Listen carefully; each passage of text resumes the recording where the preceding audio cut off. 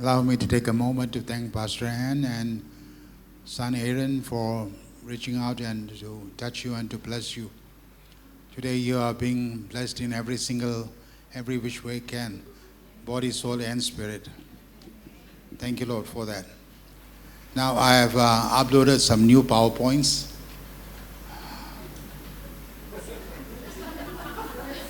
So can you please? Thank you.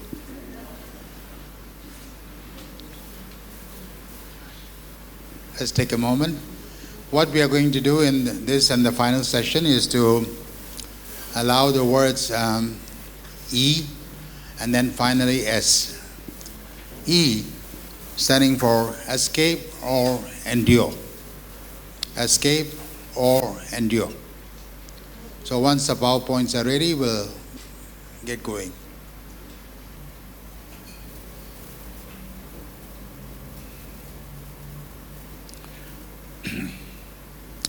As we take time to allow the Word of God and the Spirit of God to speak to us and to minister to us, this is a tough topic, escape or endure. As human beings, we are all wired to escape. None of us exempted. Not you, not I, not anyone. As human beings, we are all wired to escape. Even Jesus, in the Garden of Gethsemane,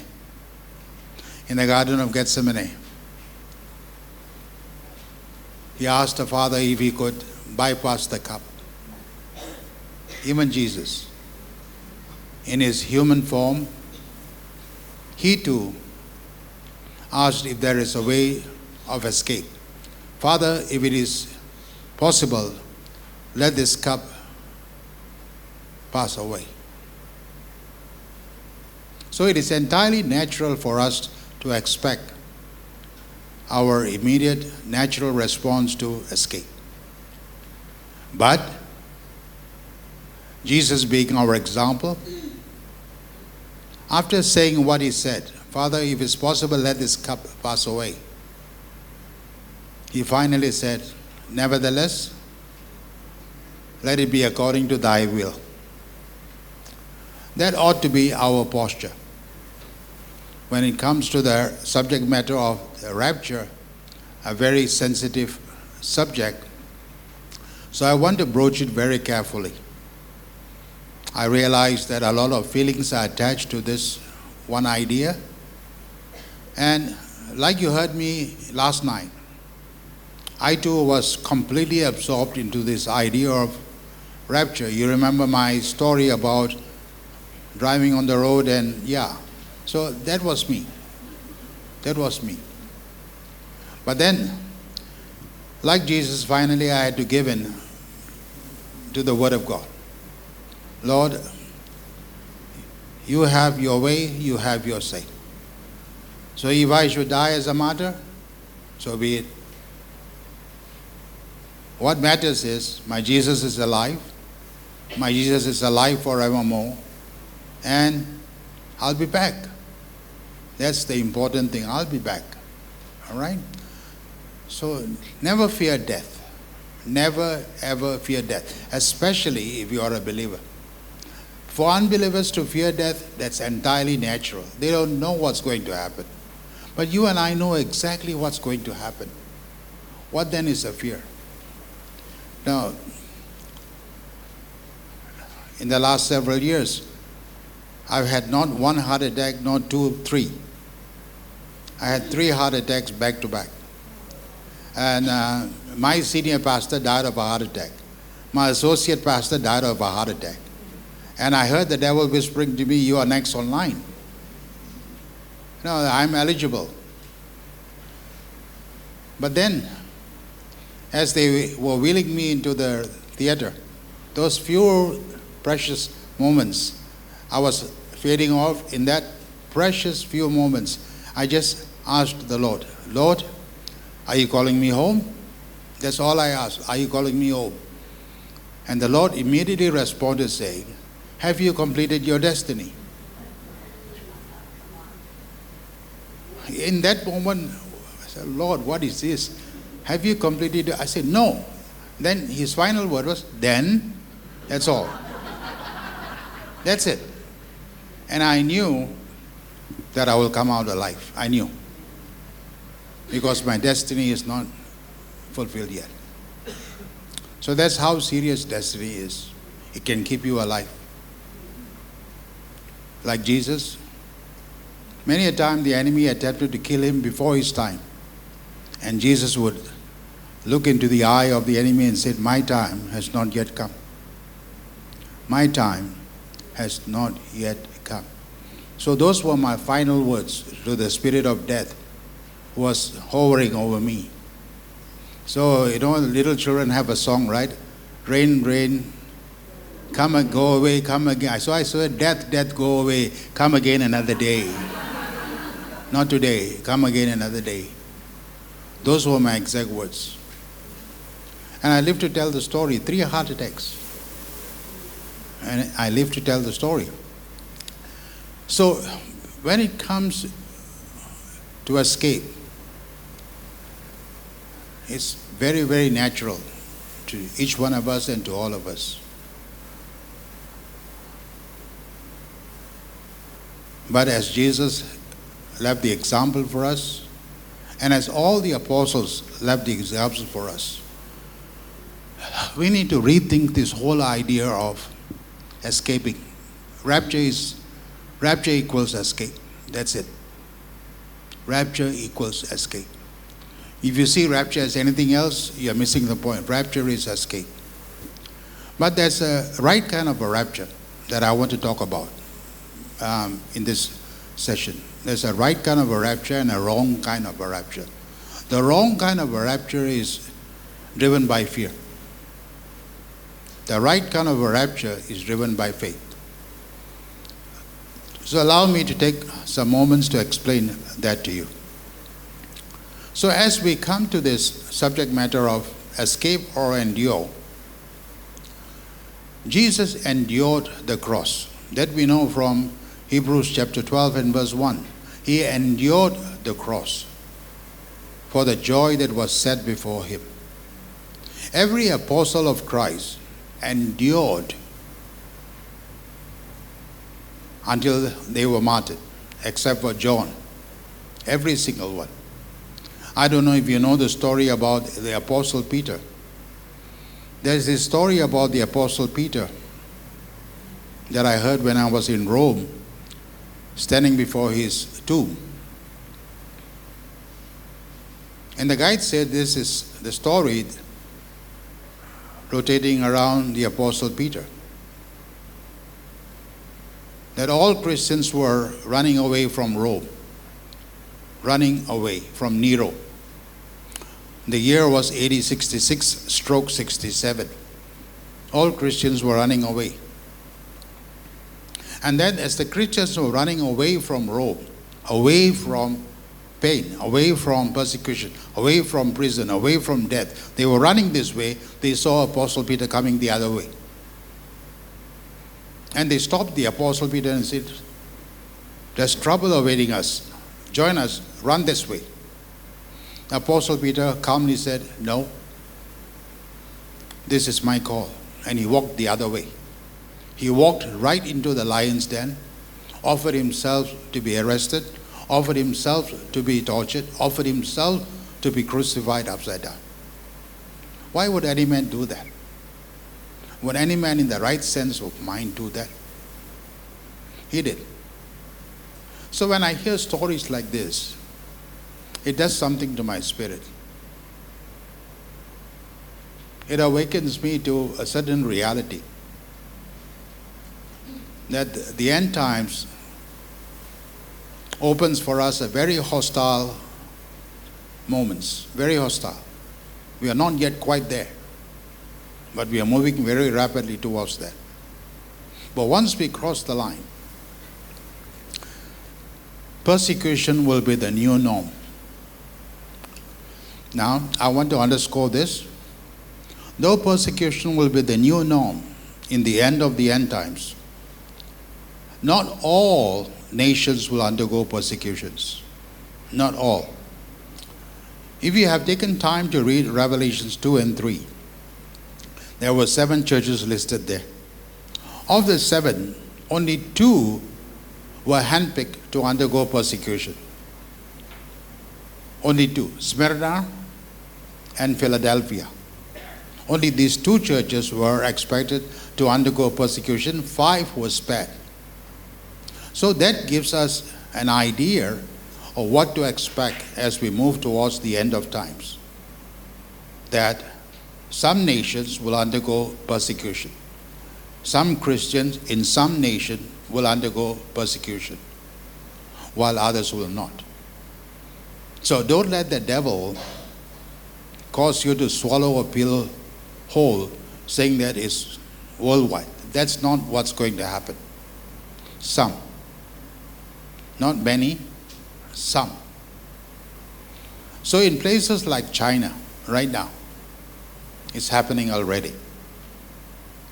Just 2 years before now, I had 800 students from China watching me on doing my Zoom lesson weekly for 2 hours. 800 students from China. Just 3 years ago, I used to have 40 students from China coming every 3 months to undergo discipleship training in my office in Galilee, the Sea of Galilee. I have a school there. 40 students will come every 3 months, and then after 3 months, they will go and another 40 will come. They will go and then another 40 will come every 3 months. That was my routine. That was what I was doing in Israel, training the Asian Christians how to disciple their nations. That was my topic.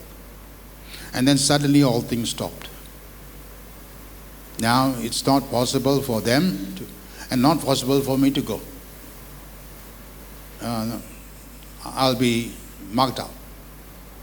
The authorities know me. And so there are some nations that will undergo persecution. Not all nations. But to those nations that are called to undergo persecution, I want to say this to you. There's a special grace that is extended by the Lord to those who undergo such moments of persecution. I know this because many years ago, I was taking a group to cover the 7 churches in the book of Revelation. And the moment came when we came to the church in Smyrna. Smyrna today is called Izmir. Not the old name, the new name is Izmir. But back then it was called Smyrna. And there at 4 in the morning, we walked into a church, the church of Saint Polycarp. Polycarp is no ordinary man. Polycarp was a direct disciple of the Apostle John. The one who gave us the book of Revelation, his direct disciple.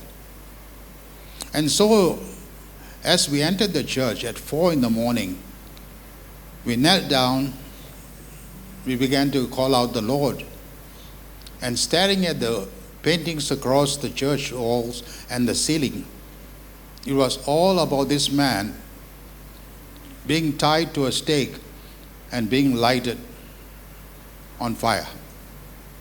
He was being martyred.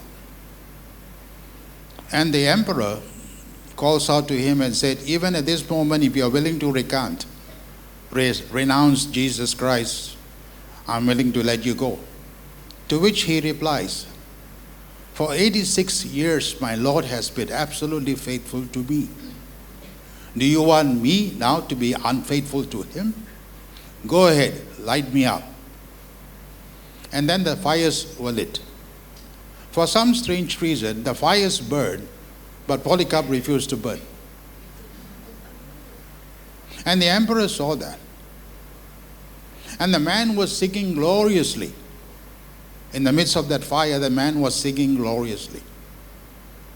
And then finally, he summoned his guards to spear him to death, and that's how he died. We quickly forget the stories of Shadrach, Meshach and Abednego.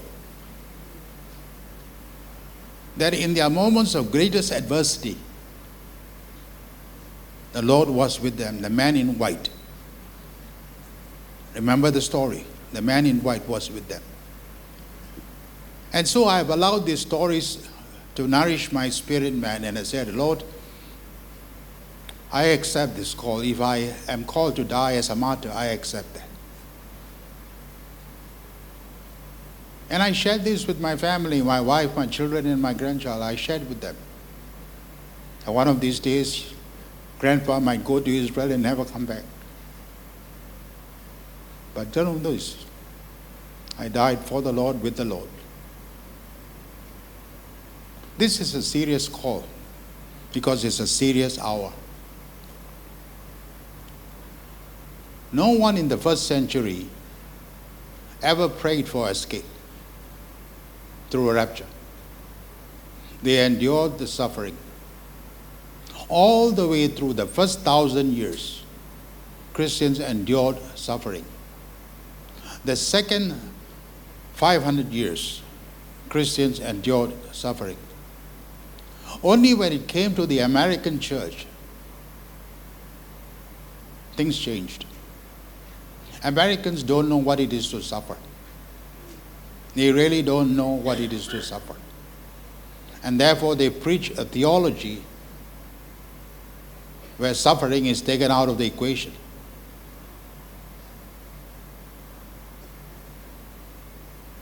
Try preaching your gospel to the Chinese. Try. Tell the Chinese that you don't have to undergo suffering. You don't have to undergo persecution. You don't have to undergo imprisonment. Tell them that.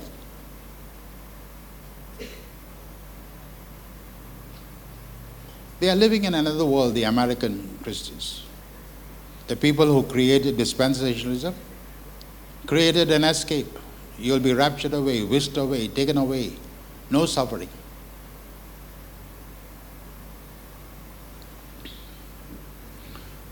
There was a time when I actually prayed to the Lord with my family seated around me, and I asked the Lord, Lord, there is so much confusion about this thing called rapture. Some say you will come before, some say you will come after. And so this is my prayer. If you decide to come early, if you decide to come before the tribulation, take my family, but leave me behind. Leave me behind. My family heard me pray this prayer. I want to be here, Lord. Allow me to be here.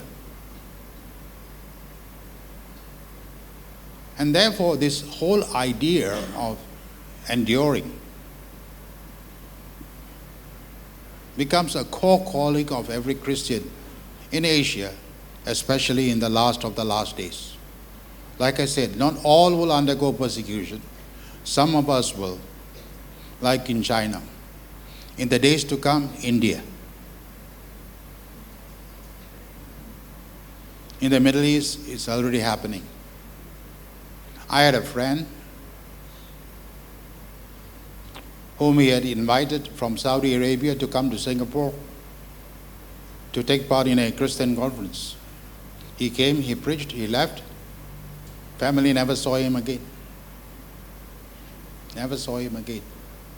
Wind got out that he had been attending a Christian conference. They took him out. This is real, folks. Real. So as we are coming to terms with this reality, so like they say in the commercial world, the new normal, persecution will become the new normal as we enter the last of the last days. But please remember, not all nations. Not all. If you happen to be outside the persecution zone, bless you.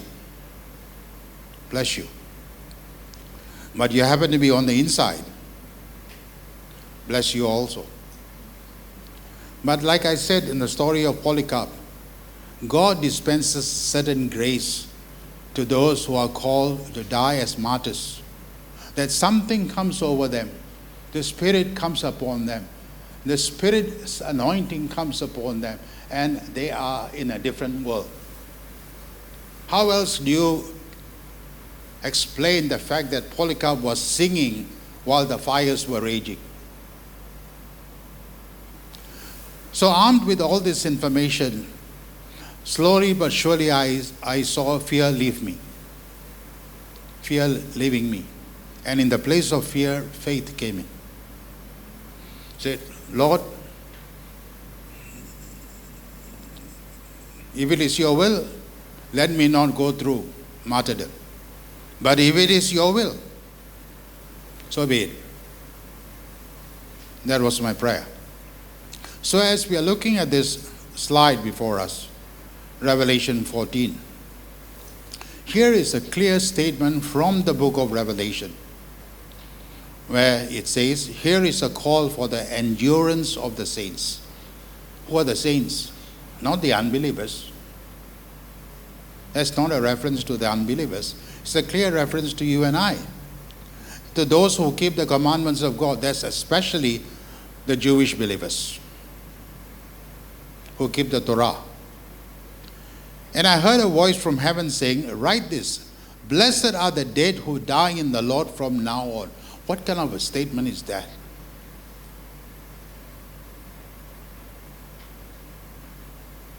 Try that for tomorrow's quiet time.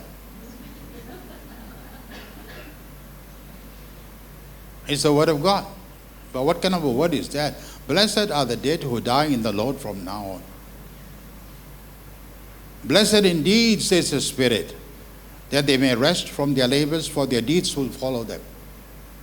What a statement. What a statement. That even after I die,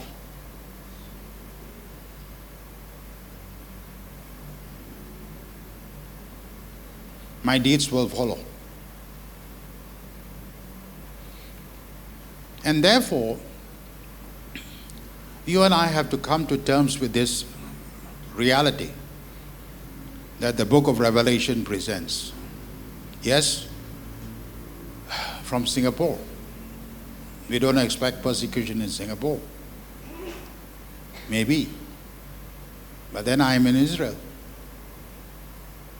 Anything can happen at any time. And then comes Revelation 16 and verse 15. Behold, I'm coming like a thief. Now, where else have you heard that statement? I come like a thief. Where else have you heard that? Well, the first time you may have heard it in Matthew 24.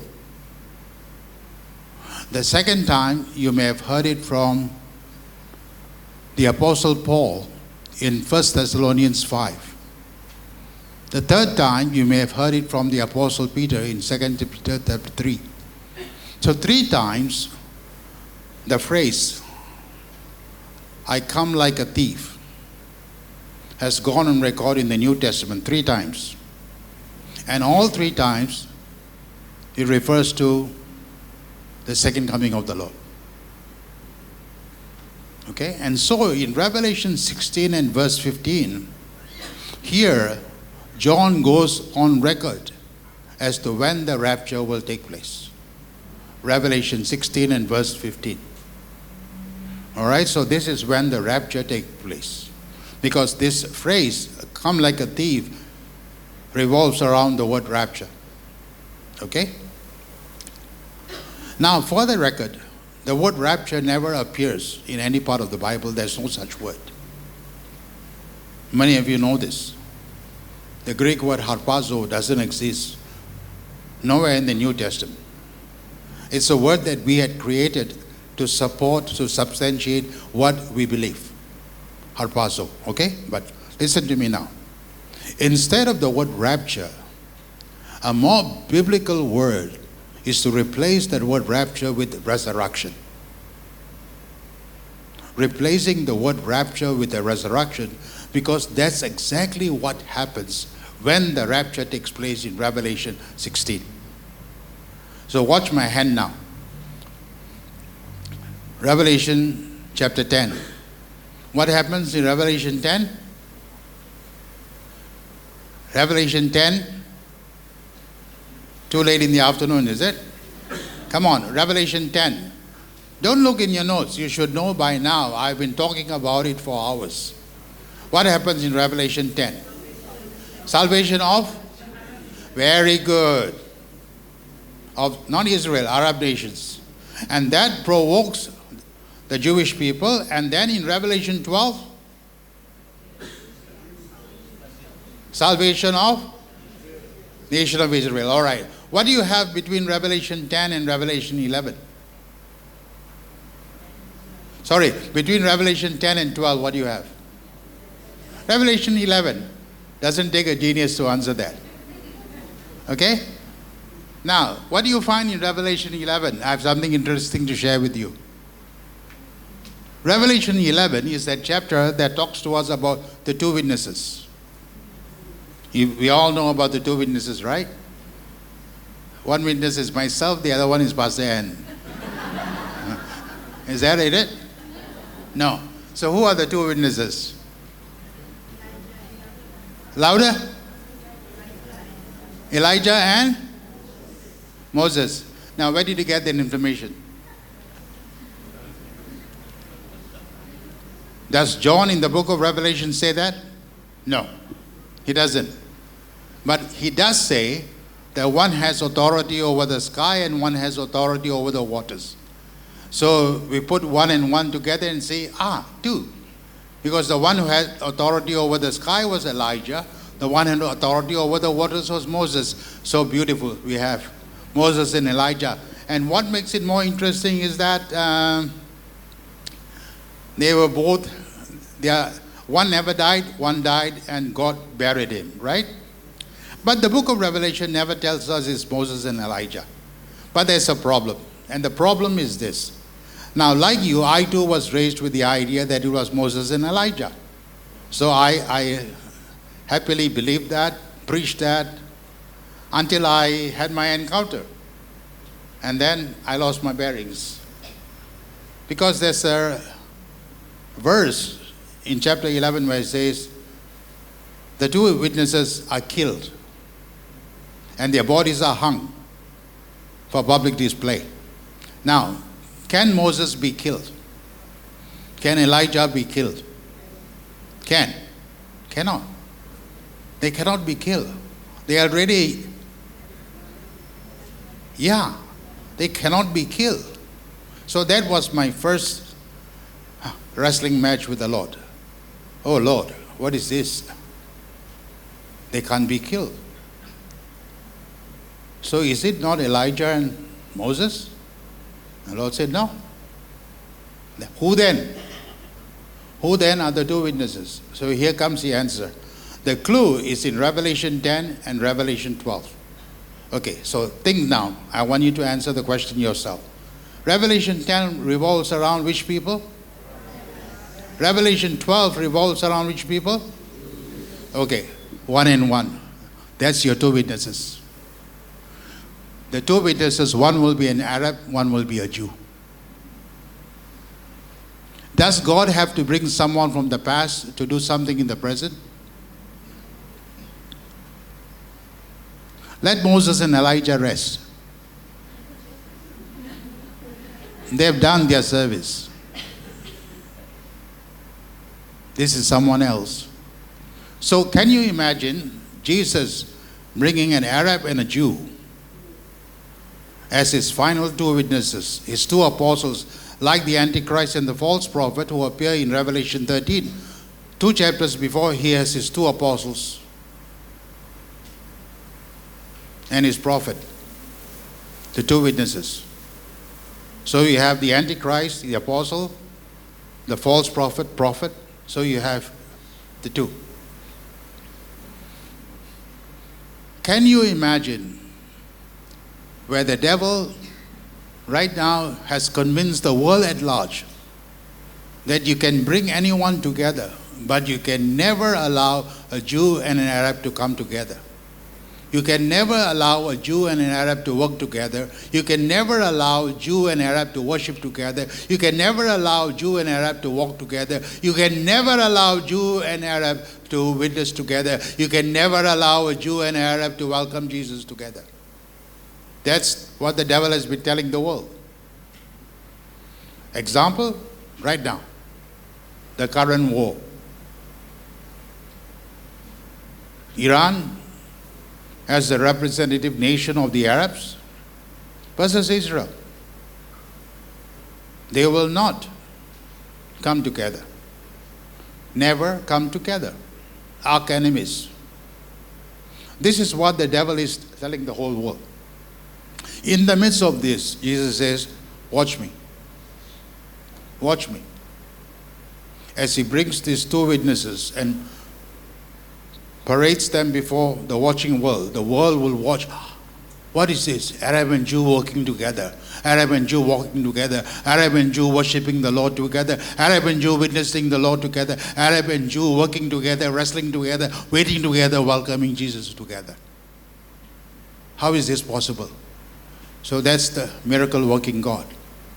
So that's what we see in Revelation chapter 11. So on both sides of the equation, on this side the Arab nations, on this side the Jewish nation, when they see these two, they say, wow. That's when a massive harvest is unleashed. A massive harvest. Like never before. And keep watching my hand. So 10, 11, 12, 13. What's 13 all about? The entrance of the Antichrist and the false prophet. And then you come to Revelation 14, martyrdom. Many die. Who? The ones who die? Antichrist, Jews, false prophet, Arabs. Okay? And then we come to 15. Chapter 15 is the moment of pause, divine pause. And then you hear an angel from heaven announcing, now, in Revelation 15, now God is about to pour out his wrath. And after that, in Revelation 16, 17, 18, 19, you have the 7 bowls. The 7 bowls are full of God's wrath. Okay, so what is important now at this juncture is for you and I to know, are you and I not exempted from God's wrath? Now, slide 36, please. Dispensationalists, our friends from the West, who keep preaching and proclaiming that you and I will not undergo tribulation, but you and I will escape, taken out, taken away. They are banging their entire thesis on one idea, that the Bible, especially the New Testament, insists that you and I are not subject to wrath. That you and I are not subject to the wrath of God. So listen very carefully, because this is the distinction that you and I must take into consideration. So yes, the Bible does say in Revelation 3 and verse 10, you and I are exempted from the wrath of God. And then in 1 Thessalonians 5 verse 9, you and I are exempted from the wrath of God. Fair enough. You and I are exempted from the wrath of God. But then, in the book of Revelation, John speaks about 2 kinds of wrath. One, the wrath of God, and the other, the wrath of Satan. This is where the dispensationalists had failed to take it into account of the different wrath. Now, as we move on, now, look at slide 38. Now, in slide 38, you and I are introduced to the wrath of Satan. Revelation 12 and verse 12. Therefore rejoice, O heavens, and you who dwell in them. But woe to the earth and the sea, because the devil has come down to you in great wrath, knowing that his time is short. Now that last phrase, knowing his time is short, comes only in Revelation 12 after he realizes Israel has come to salvation. That's his alarm. Oops. What which would never happen, has finally happened. Israel has come to accept her Messiah. Meaning, the next thing they will do is call upon him. Baruch haba b'shem Adonai. Matthew 23 verse 39. And 12 and verse 13. When the dragon saw that he had been thrown down to the earth, he persecuted the woman who had given birth to the male child. That's Israel. Revelation 12 verse 17. Then the dragon became furious with the woman. The woman is Israel. And went off to make war on the rest of our offspring. Our offspring are all other believers. So in this case, Arabs. Those who keep the commandments of God and hold to the testimony of Jesus. So this is why I've come to believe that the Antichrist goes after the Jewish people, the false prophet goes after the Arab people, to negate what's happening. Because the more they get saved, the more these people get saved. And the more these people get saved, the more that's... And it's a never-ending cycle that will finally lead to Satan's ultimate nightmare. They will invite Jesus, come back. Slide 39 speaks about the wrath of God. Revelation 6 verses 16 and 17. Hide us from the face of him who sits on the throne and from the wrath of the Lamb. Earlier we saw the wrath of Satan. This is the wrath of the Lamb. And whom they are targeting are two different groups. The wrath of Satan targets you and I. The wrath of God targets Satan and his kingdom. Two different targets. Okay? It's like Trump shooting into the Straits of Hormuz and Iran fires back at Kuwait. So it is so very important that you and I need to make this distinction about the wrath. Wrath of God, you and I are not expected to undergo that. Wrath of Satan, you and I are expected to undergo that. Once you come to terms with that, so the next slide, slide 40, lists the wrath of God. The wrath of God, according to the book of Revelation, they are all contained in the 7 bowls. 7 bowls, and the angel pours out the bowl, and what he pours out is the wrath of God. And the direct target is the Antichrist and his kingdom. Jesus goes after them. Jesus goes after them.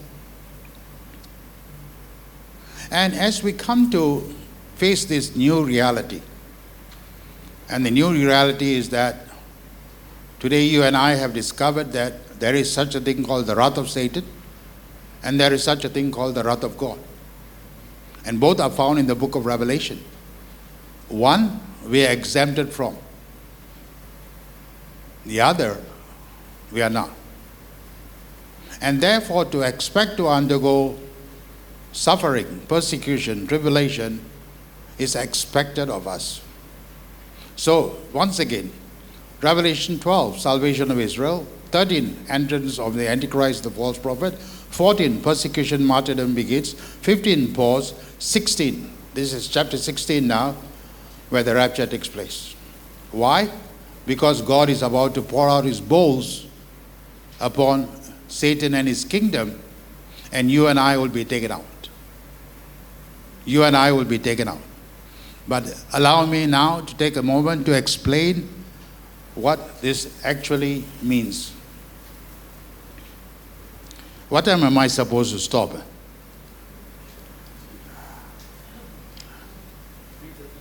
3:30? Yes? Miss Pushpa? 3:30, 2:30? 3:15, all right. 3:15, right? Okay. So as we come to grasp with this idea called rapture, so watch my hand, okay? So you and I are here on earth. What you and I were told most of our lives that we will be taken up. We'll meet Christ in the clouds. And then what happens?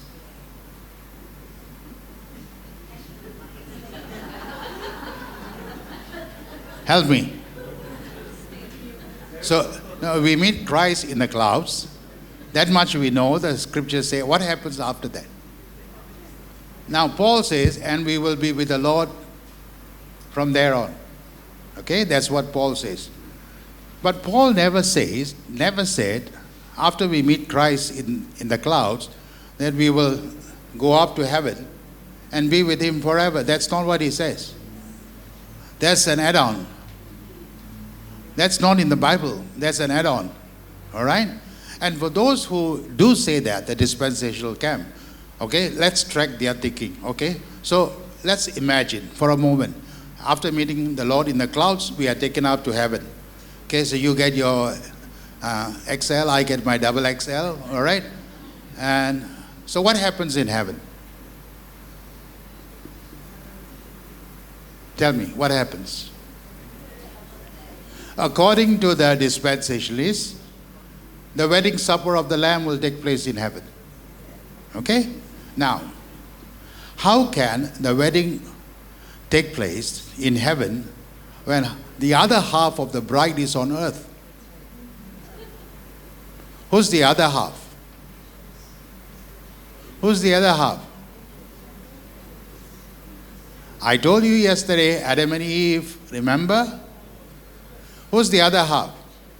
Israel. Now, long before you and I ever got the idea that we are the bride of Christ, Israel has been fed with that idea time and time and time again. So Israel seriously believes she is the bride. And as we come to the New Testament, we as the church, we believe we are the bride. Now, heaven forbid that Christ has two wives.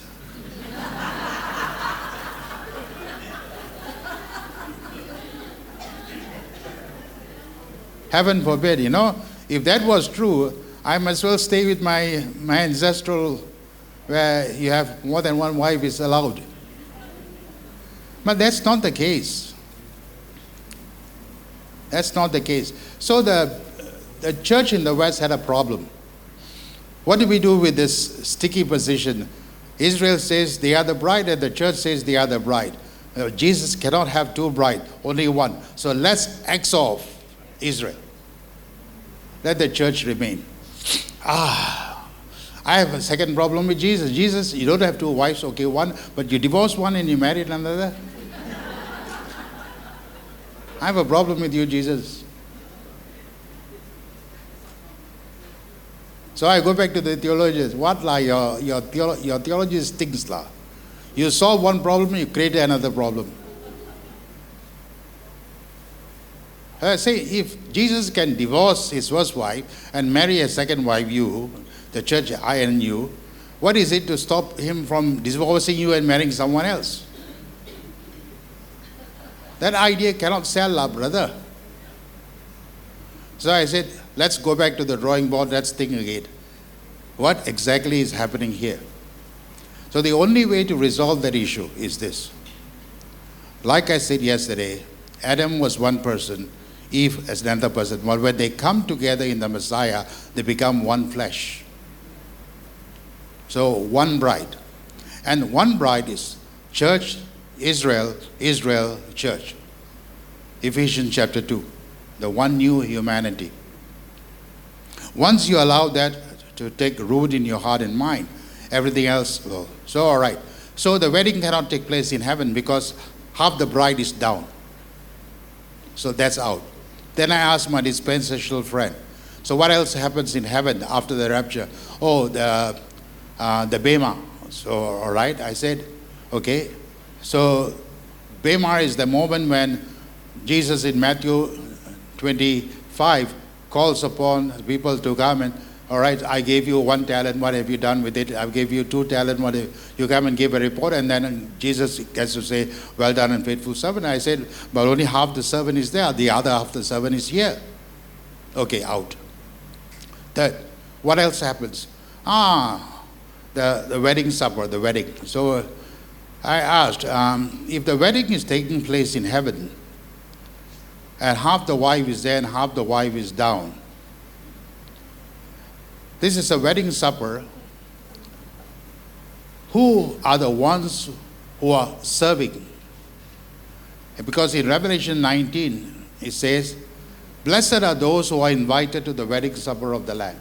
So I asked my friends from the West this question. So who are the ones invited to the wedding supper of the Lamb?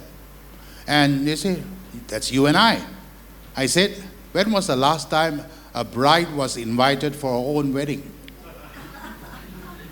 Can that happen?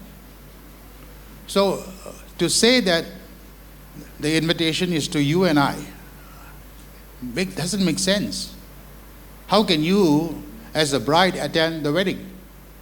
It's your wedding. So all three out. So in the place I came up, I said, what if the wedding of the Lamb takes place not up there, but down here? Who then are the servers? The servers are not the angels. The one who waits upon you are not the angels. They are the nations in Revelation 20 who are now watching Jesus as King of Israel and becoming King of Kings. They are watching Jesus. They see the bride. And now they are being given an option if you want to become a part of that family in Revelation 20. And when they do, they become a part of the larger family. That's the assignment of Jesus in Revelation 20. So the wedding takes place on earth. Now, how many times have you and I preached, sung the hymn from Philippians, every knee shall bow, every tongue shall confess? Now, you're familiar with that phrase, right? Now, every knee shall bow, up there or down here? Every tongue shall confess, up there or down here? Now, because the whole idea of rapture is that we abandon the earth and go to be with Jesus in heaven forever, the whole idea of things happening on earth was completely abandoned. Well, once you allow that everything is happening on earth, because the story ends on earth, everything changes. Everything changes. So it's happening here on earth, the wedding. So back to the question. You are here. You and I meet Jesus in the clouds. So we are not going up. Okay? This part is what we call the rapture. So we go up. But bear in mind, for you to float, okay? I know it's a little more difficult for me to float than most of you. But for any one of us to float, we have to defy the law of gravity. And the only way we can do that is with our resurrected bodies, where we can float through space. Only through resurrected bodies, which is why 1 Thessalonians 4 verses 14, 15, and 16 categorically says, those who have died in the Lord will rise first. Rise first means what? Those who have died in the Lord will rise first means what? Resurrection. And then you and I, who are alive, will be caught up with the Lord in the clouds. Meaning, they will resurrect first. Those who have gone before us, they will put on immortal bodies. They will receive their glorified bodies. And that's the exact moment you and I receive our glorified bodies. And we together float and meet the Lord in the clouds with our glorified bodies. So what happens after that? Okay, watch my hand. From here, up here, clouds. From here, we are not going here. From here, we are coming back here. That's Revelation 19. Okay? Now the story is not over yet. Here's the question. But why are we meeting the Lord in the clouds? Why are we meeting the Lord in the clouds? So this is the interesting story. So watch my hand. The God of the Bible, after sin had come in, heaven, earth separated, right? Remember my story yesterday? In the beginning, heaven and earth were two overlapping circles with Eden as the sacred space. Remember that? Okay, so that's and then came sin, Genesis 3, and the two had to, heaven went up, earth came down, and the gap was taken over by Satan and his forces. We know that through Daniel. Okay, so this much we know. Jesus' mission is to unite. Okay, so we call this the third heavens. We call this the second heavens. We call this the first heavens. Okay? So the God of the Bible, ever since Genesis 3, has totally and fully occupied the third heavens. Yes? Yes? You have doubts? Huh? Yes? Okay. You and I have totally occupied the first heavens. Yes? The devil and his principalities and powers have occupied the second heavens. Yes? Okay. Now, in Revelation 12, in the opening verses, where does the war take place between Michael and Satan? In the second heavens. Okay? So listen very carefully now. So there is a war going on in the second heavens. Remember the book of Daniel, where Gabriel encounters resistance? Okay? You know that. So the war is happening in the second heavens. God has already totally occupied the third heavens. Okay? And then, following the war between Michael and Satan, somebody wins, somebody loses. Who wins, who loses? Come on, speak up. Michael wins, Satan loses. And Satan is cast down to the earth. So from the second heavens, Satan is now cast down to first heavens. Okay? So, second heavens, which was previously occupied by Satan and his cohorts, is now empty. Okay? Second heavens is now empty. So now Jesus takes over not only the third heavens, he takes over the second heavens. Which explains why we meet him in the clouds. And then we come back. So what happens to Satan? Originally, when the story began, he was in the third heavens. He was a worship leader, as we have been told. He was in the third heaven, and then he was cast down to the second heavens. And then from the second heavens, in Revelation 12, he is cast down to the first heavens. Okay? 3, 2, 1. And then in Revelation 20, he is cast into the bottomless pit.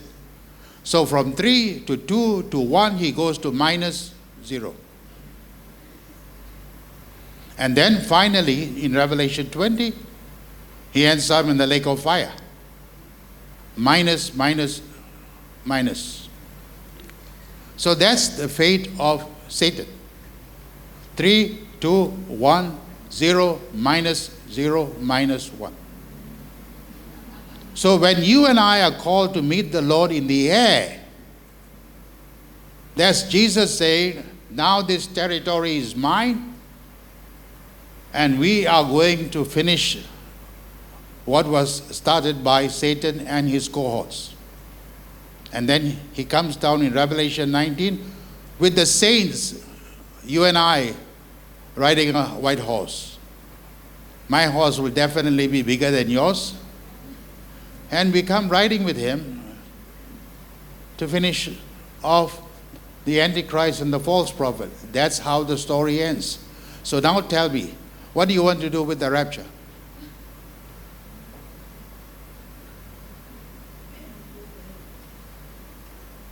What do you want to do? This is a biblical thing. Now,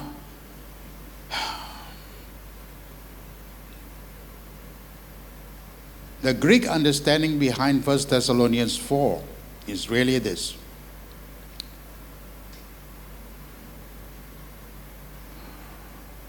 With the Roman Empire in the background, whenever a general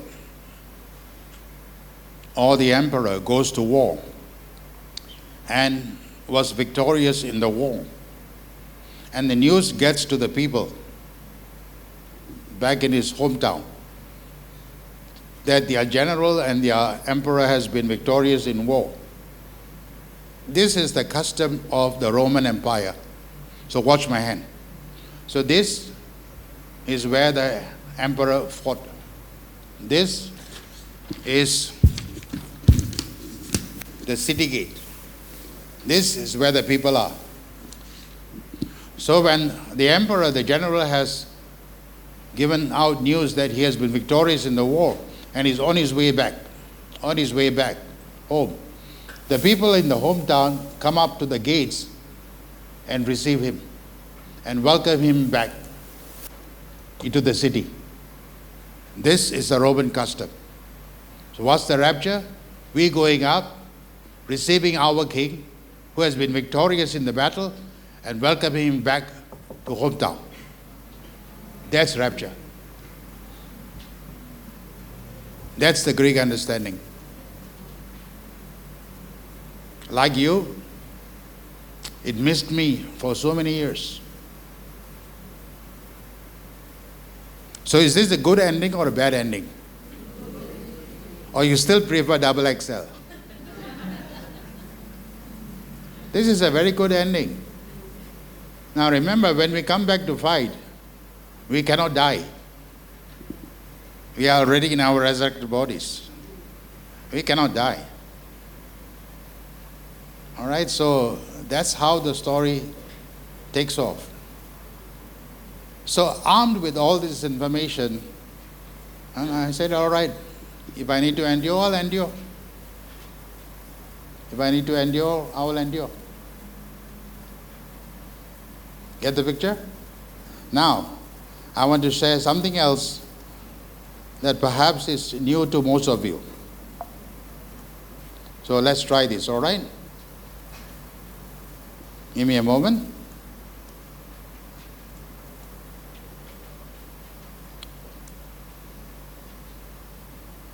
Slide 41.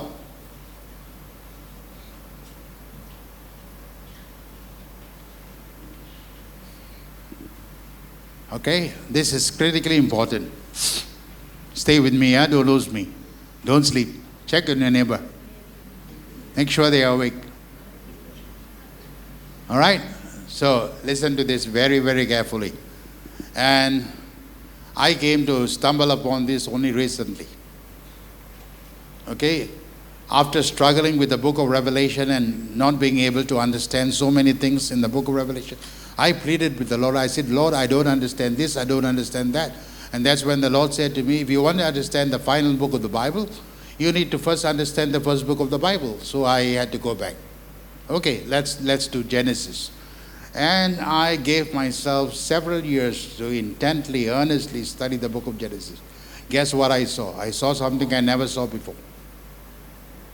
Now, you and I as Christians were raised with this idea that the problems that we are seeing in our world, with the war, even the war that's currently going before us, everything, every problems that we see happening in our world, we take it back and park it in one particular source. That the reason why we are experiencing these problems on earth today is because of Genesis 3. Because of the fall of man, the sin, the entrance of sin. That's what you and I were taught. And I believe that, you believe that, we lived with that. But then as the things got worse and worse and worse, there comes a moment in time when you and I are forced to ask deeper questions, larger questions. Is that the only reason? Is there something else? And the something else is coming from the invisible world. The something else is coming from the invisible world. And I'm referring specifically to what the Bible calls the sons of God. In the Hebrew, Bene Elohim. Now, like most of you, I was troubled by this. Sons of God? Who in the world are they? But you can only get to see the deeper meaning of this when you read in Hebrew. But they are there. So here comes the story. Watch my hand. So Genesis 1, God creates his kingdom, right? Creation. Day 1, day 2, day 3, day 4, day 5, day 6, and then on the 7th day he rests. All right? So here's the question. Who was the first creature that God created?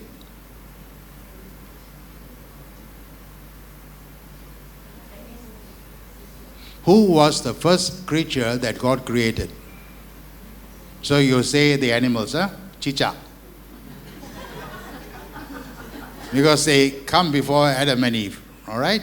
Well, you're right in a certain way, but then that's not my question. In other words, even before day 1,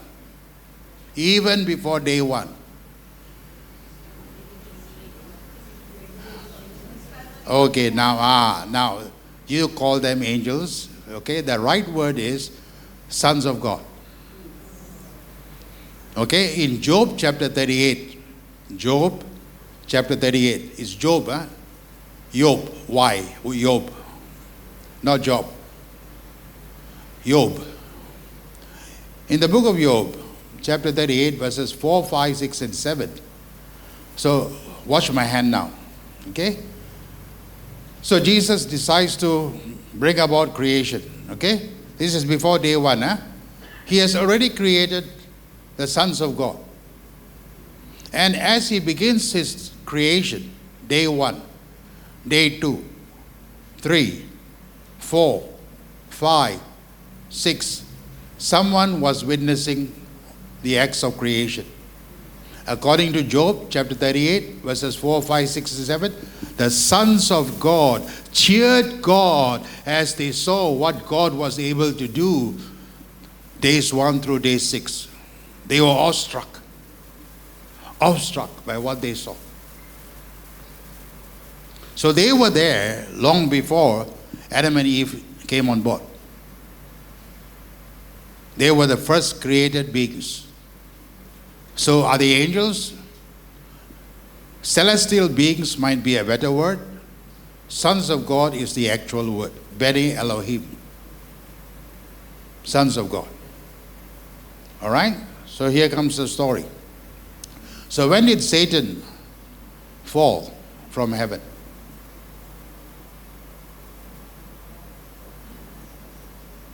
When did Satan fall from heaven?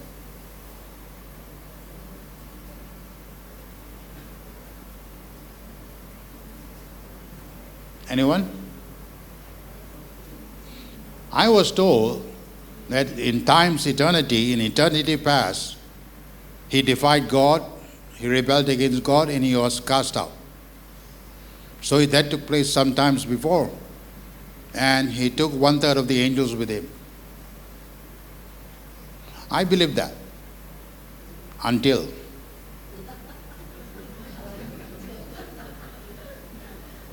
I say, wait a moment. The 1/3 of the angels only happens in Revelation 12. How can you take something that is to take place in the future and bring it to the past? Someone in the West did that. Simply moved that is to take place in the future in Revelation 12 and moved that here to eternity past.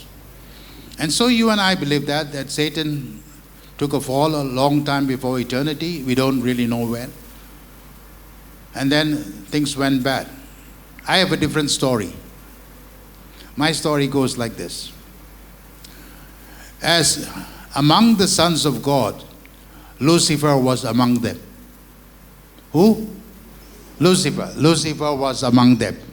I have until 3:15, right? Okay. So Lucifer was among them. So when Lucifer, having discharged his services to the great God, the God Most High, we were told that he was the chief worship leader and that he was closest to God and all of that. You know the story. How he was dressed in precious stones, and when he walks, it's an accordion. He walks that side, it's a piano. He walks this side, it's a guitar. You know all that, right? Okay, yeah. So having discharged his services to the God Most High, for how long, nobody knows. For how long, nobody knows. But he has been diligently dedicating himself to worship God. And then came the moment of creation. And when he saw God do what he did in day 1, day 2, day 3, day 4, day 5, day 6,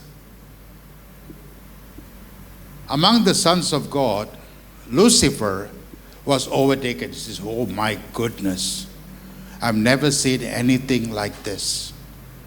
And he harbored an idea, a thought, that all this God is creating for me. And so when the moment comes in Genesis 1 in verses 26, 27 and 28, and there he is, awestruck by what he saw God do, the creation, 6 days of creation.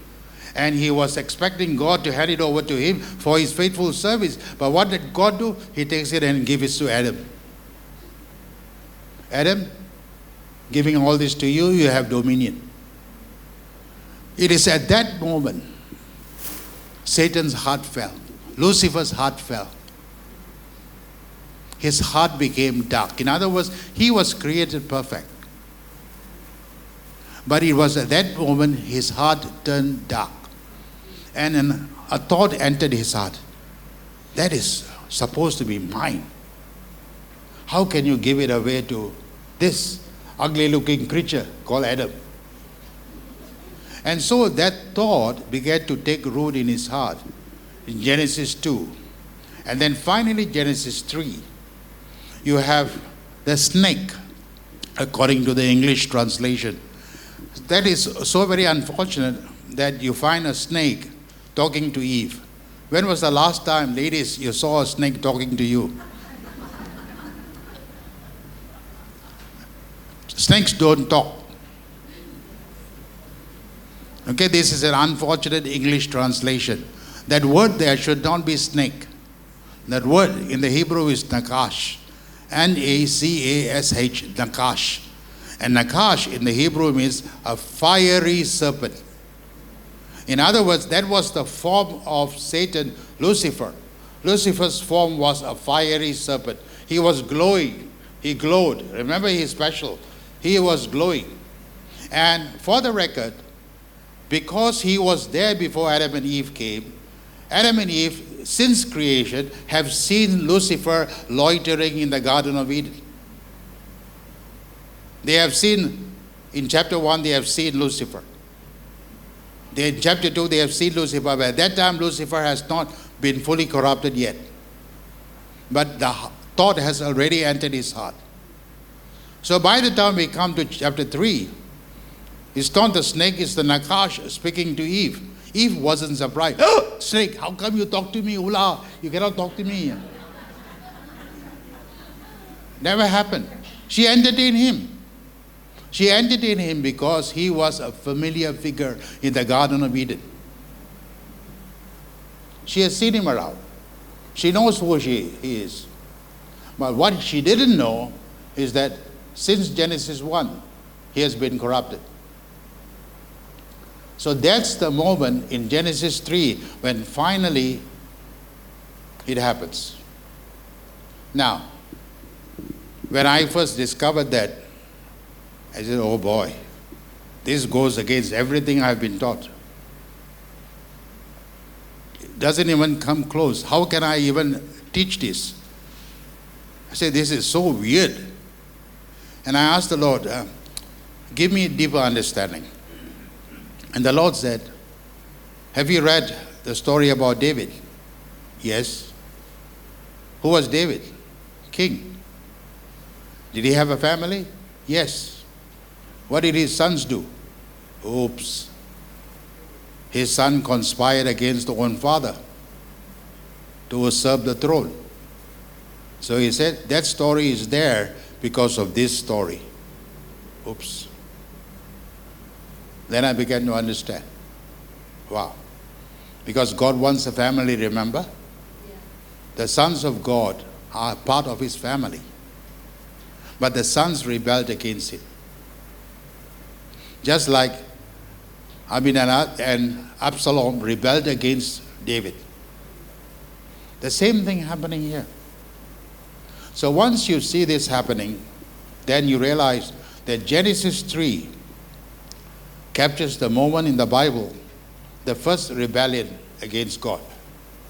The first rebellion. Now, let's see the slide before us.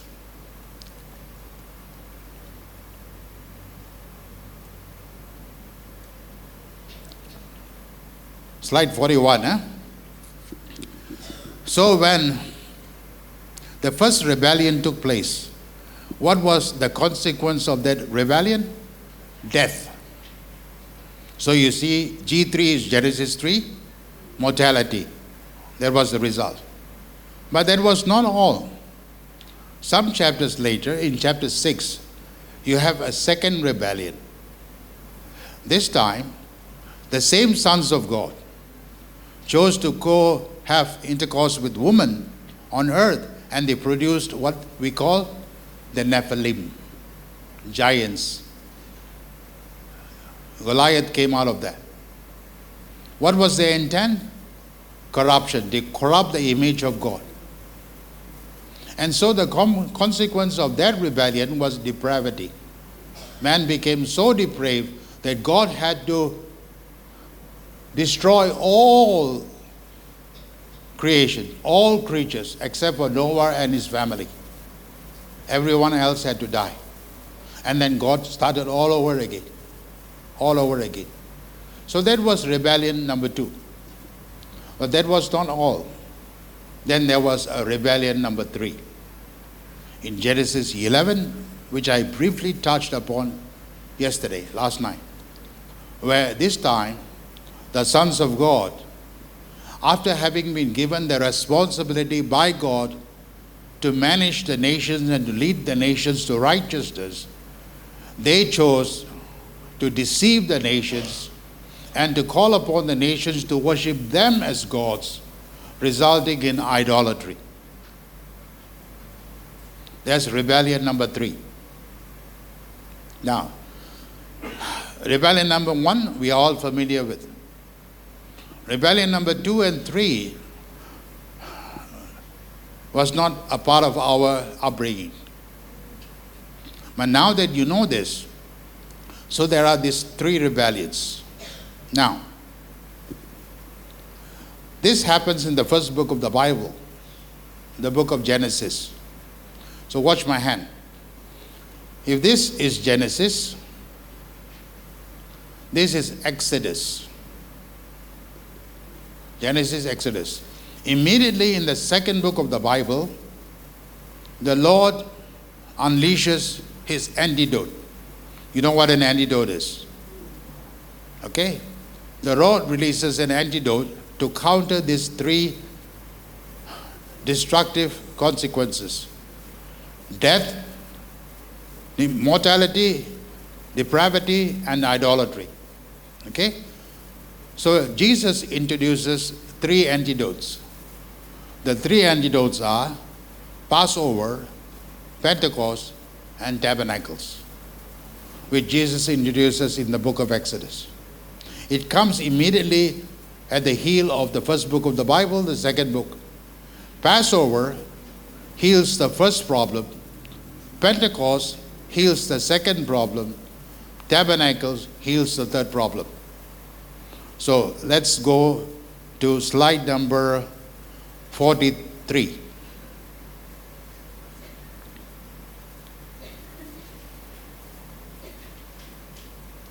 In slide number 43,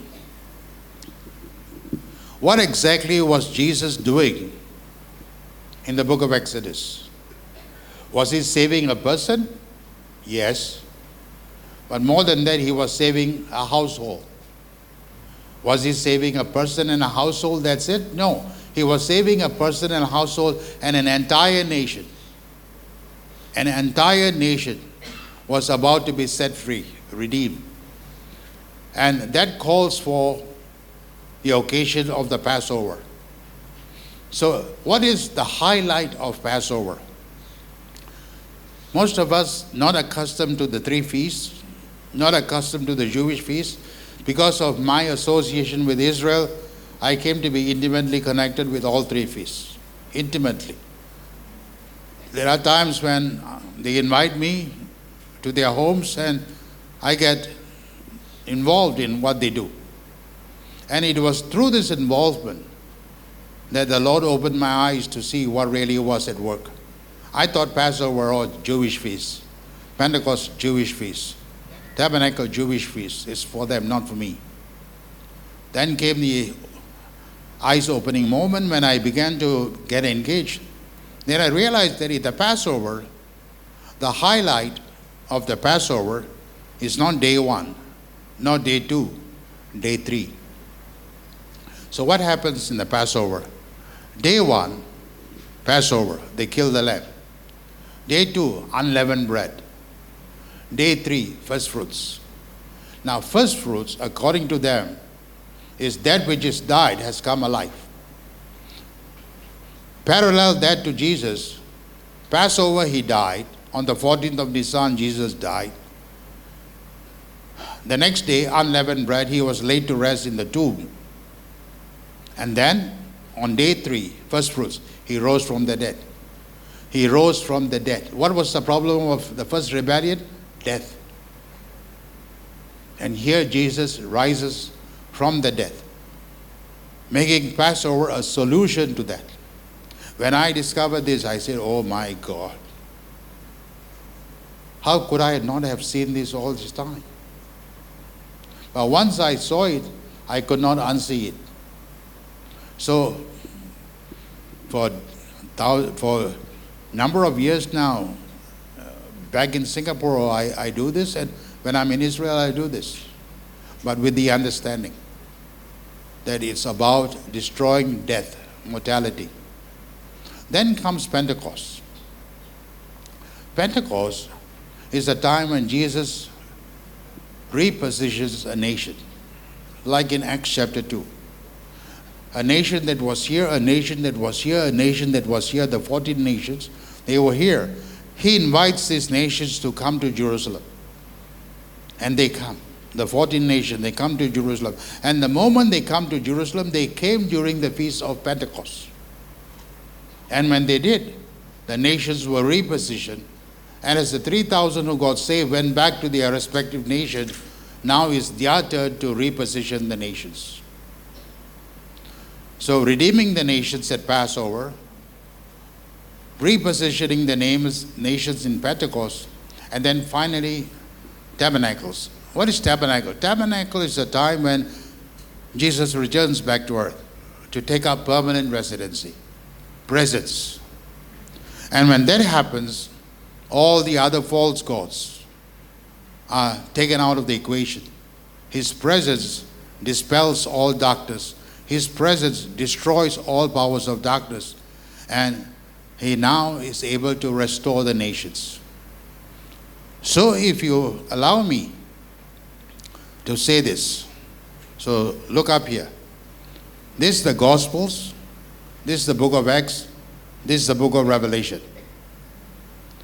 The Gospels, all 4 Gospels revolve around the death and the resurrection of Jesus. Would you agree? Okay, so in other words, Gospels revolves around Passover. Fast forward, the book of Acts. The book of Acts revolves around one feast. What feast is that?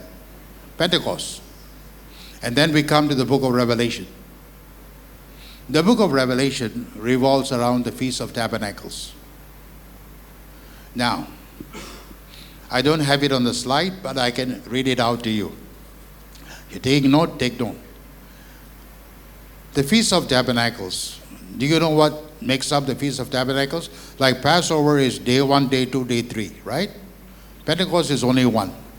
But the Feast of Tabernacles It's a 6 plus 1. So let me say the first thing. The first thing that happens in the Feast of Tabernacles is what we call Teshuvah. Teshuvah means to repent, to turn around. Like what happens in Revelation chapter 1, John was forced to turn around. Remember, I was sharing that verse with you? In Revelation 1, John is forced to turn around. That's the Teshuvah. Now, the Teshuvah comes 30 days before Yom Teruah, the Feast of Trumpets. For those of you who are familiar with the feast, you know what I'm talking about. For those of you who are not, first time, never mind. So the next big moment in the Feast of Tabernacles is Yom Teruah, Feast of the Trumpets. So in Revelation chapter 1, you have a very interesting moment where Jesus, in speaking to John, John says his voice sounded like that of a trumpet. Now, why would the voice of Jesus sound like that of a trumpet? When was the last time his voice sounded like that of a trumpet? Never before. Only in Revelation 1. His voice sounded like that of a trumpet. Why? Because it's a Feast of Tabernacles, and the Feast of Tabernacles is all about trumpet, shofar. Okay, so that's Yom Teruah. And that's found in Revelation 8 in verse 1. So Teshuvah, Revelation 1, 10, 11, and 12. Yom Teruah, the day of the Feast of the Trumpets, Revelation 8 in verse 1, where the 7 angels armed with their trumpets come and stand before Jesus. Okay? The next big moment is Yom Kippur, Day of Atonement, Revelation 12, the blood of the Lamb. The next big moment is Sukkot, the return of Christ, Revelation 19 and 20. The next big moment is Sheminah Atzeret, the judgment of the nations, Revelation 20. And the final moment is Simchat Torah, rejoicing in the laws of the Lord, Revelation 21, 22. So when I saw this, everything started to make sense for me. That Jesus, in the first coming, was attempting to redeem the nation of Israel and allow the nation of Israel to be a blessing to all the nations of the earth. But they refused. They rejected the Messiah.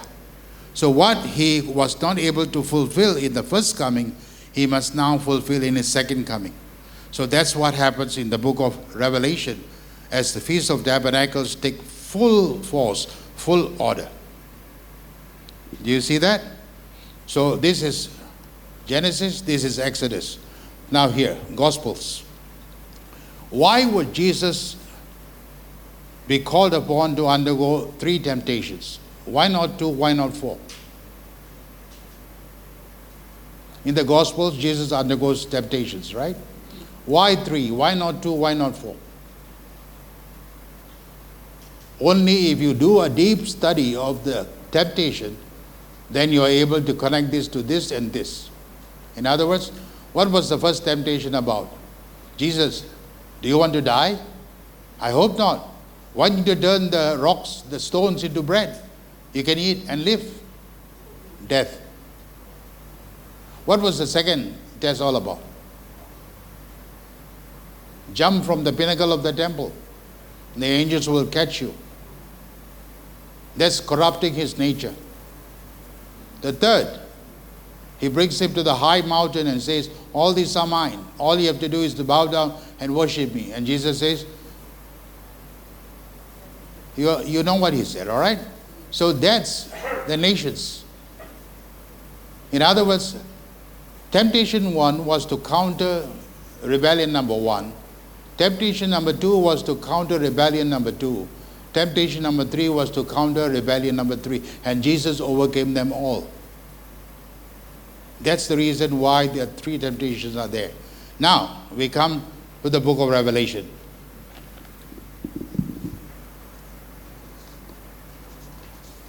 So why are there, this is the question I want you to ask and answer. 7 seal judgments, 7 trumpet judgment, and 7 bowl judgments. 7 seal judgments, Revelation 6 and 7. 7 trumpet judgments, Revelation 8 through 14. Revelation 7 bowl judgment, Revelation 15 through 19. Why? Why 3? This takes care of this this takes care of this takes care of this, the three rebellions. In other words, the judgments that you see in the book of Revelation is Jesus' righteous judgment to put an end to all three rebellions once and forever. Once you understand that, the book of Revelation makes good sense to you. But until you understand this, it does not make sense to you. Why is Jesus doing this? Why is Jesus doing that? This is the story of the book of Revelation. As you come to grips with all this, I realize this is first time for most of you, and for most of you this is information overload. Especially on an afternoon. But if you are able to catch the gist of what I'm saying, blessed are you indeed. So there's a reason for why God does what he does. And when I first understood, wow, the 7 seal judgments takes care of rebellion number 1. The 7 trumpet judgment takes care of rebellion number 2. And the 7 bowl judgment takes care of rebellion number 3. Everything fell in place in me. Thank you, Lord. Thank you, Jesus. Thank you, thank you, thank you, thank you. Now I understand the book of Revelation. So that's the book of Revelation. And endure or escape. These judgments are against the powers of darkness, not against you, not against me. What are we there fearing about? We are taken up. When the bowl judgments are being poured out, we are up there. You and I are exempted from the wrath of God. But the wrath of Satan, that's something else. All right? So it's 3:10. Let's stop now.